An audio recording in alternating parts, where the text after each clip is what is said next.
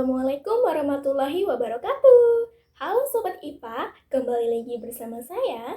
Sebelumnya, perkenalkan kembali, nama saya Heni Dwi Pratiwi, NIM 19231026 dari Program Studi Pendidikan Ilmu Pengetahuan Alam Universitas Negeri Padang.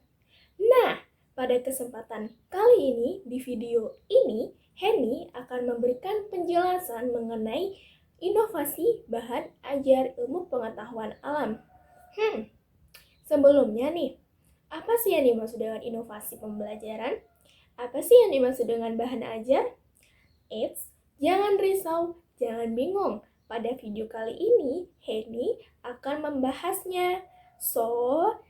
Sebelum itu, jangan lupa subscribe, like, dan komennya ya. Nah, langsung saja kita masuk pada pembahasan kali ini. Yang pertama, ada inovasi pembelajaran IPA.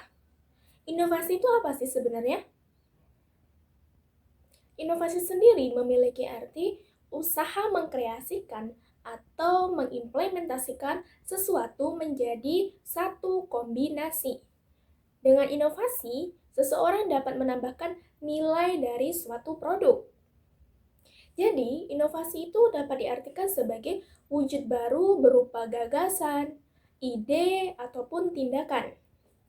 Nah, dari situ dapat kita ambil makna dari inovasi pembelajaran ini adalah suatu upaya baru dalam proses pembelajaran yang menggunakan berbagai metode atau pendekatan atau suasana ataupun sarana yang mendukung untuk tercapainya suatu tujuan pembelajaran. Sedangkan inovasi pembelajaran IPA itu berarti upaya pembaruan terhadap berbagai komponen yang diperlukan dalam penyampaian materi pembelajaran IPA.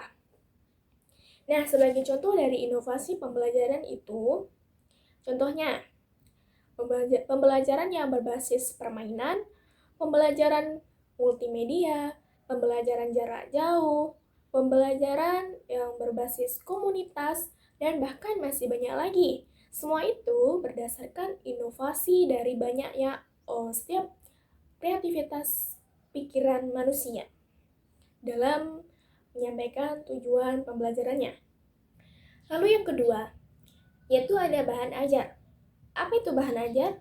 Nah, bahan ajar merupakan komponen pembelajaran yang digunakan oleh guru sebagai bahan kegiatan dalam belajar dan membantu guru dalam melaksanakan kegiatan belajar mengajar di kelas. Adapun beberapa jenis-jenis dari bahan ajar, yaitu ada bahan ajar berupa bahan ajar cetak, visual, bahan ajar audio, dan juga bahan ajar multimedia, bahan ajar visual. Dari beberapa jenis tersebut, contohnya antara lain. Untuk bahan ajar cetak, antara lain contohnya adalah modul, buku, terus lembar kerja siswa, handouts, dan masih banyak lagi. Yang kedua itu ada bahan ajar visual. Bahan ajar visual itu berupa bahan ajar yang seperti foto, gambar, dan masih banyak lagi.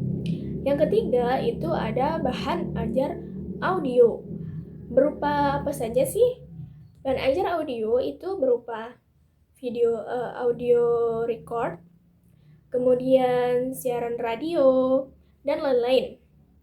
Kemudian bahan ajar berupa bentuk video, itu berupa televisi, kemudian video rekaman video, kemudian video, dan masih banyak lagi. Kemudian ada bahan ajar bentuk jenis multimedia. Nah, contoh ini adalah yang paling sering digunakan dalam masa sekarang, yaitu berupa internet, komputer based, dan lain-lain.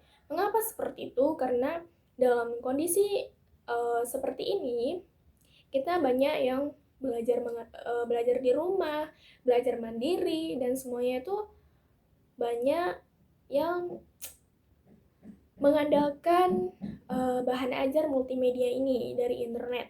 Salah satunya berupa e-learning, kemudian berupa bahan ajar dari buku-buku elektronik, dan sebagainya. Kemudian, adapun tujuan dan manfaat dari bahan ajar ini antara lain. Pertama, menyediakan bahan ajar yang sesuai dengan kurikulum.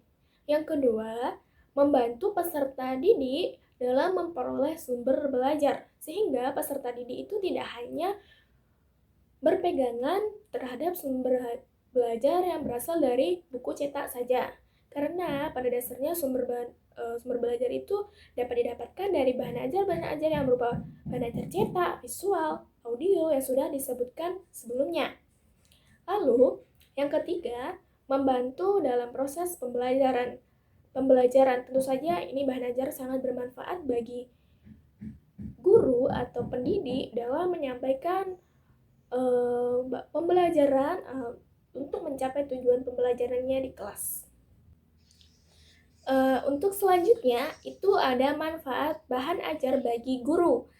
Apa saja manfaat bahan ajar bagi seorang guru? Nah, yang pertama itu diperoleh bahan ajar yang sesuai dengan kurikulum. Maksudnya bagaimana? Bahan ajar yang diperoleh sesuai dengan kurikulum ini berarti bahan ajar itu selalu dalam bentuk terbaru, sesuai dengan perubahan kurikulum terbaru.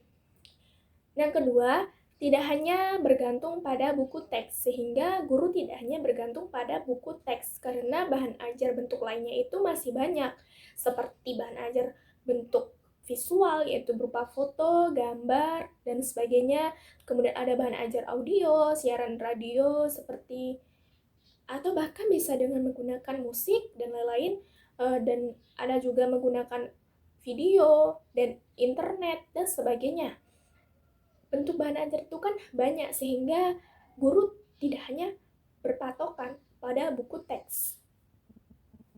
Yang ketiga, manfaat bagi guru itu memperkaya karena dikembangkan dengan menggunakan berbagai referensi, sehingga bahan ajar itu dikembangkan berdasarkan melalui referensi-referensi yang dikumpulkan. Yang keempat, menambah pengetahuan dan pengalaman guru dalam menulis bahan ajar. Ini maksudnya berarti guru dapat membuat bahan ajar sendiri untuk disampaikan kepada peserta didiknya nanti ketika melakukan proses belajar mengajar di kelas. Yang kelima, membangun komunikasi pembelajaran yang efektif antara guru dengan peserta didik.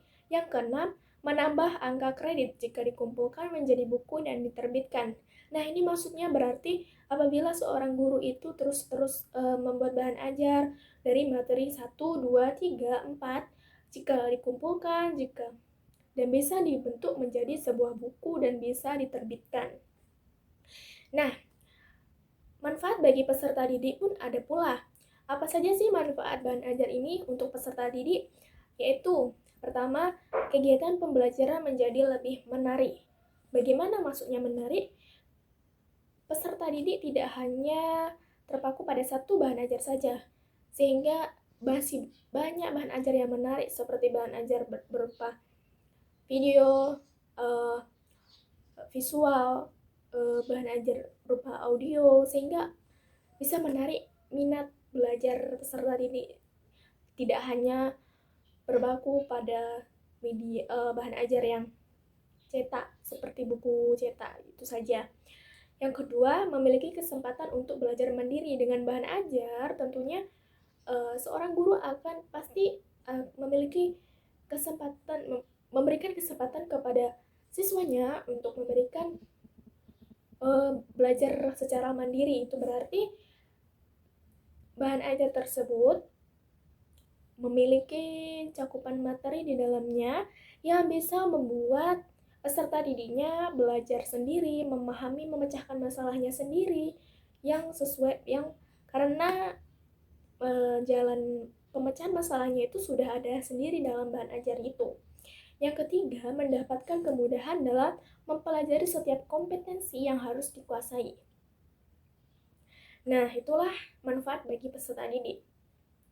Kemudian, dalam suatu bahan ajar itu dikatakan suatu bahan ajar yang lengkap apabila memiliki tujuan pembelajaran, kompetensi pembelajaran, kemudian kegiatan belajar yang akan dicapai, terus materi pembelajaran, ada ilustrasi, ada latihannya, ada tugasnya, ada evaluasi, dan juga ada umpan balik. Nah, itulah bahan ajar yang lengkap, yang bagus, yang bisa diberikan kepada peserta didik. Oke, Sobat IPA, mungkin itulah tadi sedikit pembahasan mengenai inovasi, pembelajaran, dan bahan ajar dari Henny, supaya teman-teman tidak ketinggalan video-video Henny yang selanjutnya. Jangan lupa aktifkan lonceng notifikasinya, dan semoga ilmu yang Henny kasih tadi bermanfaat bagi teman-teman semuanya. Henny pamit undur diri terlebih dahulu. Akhir kata, wassalamualaikum warahmatullahi wabarakatuh. See you, bye-bye.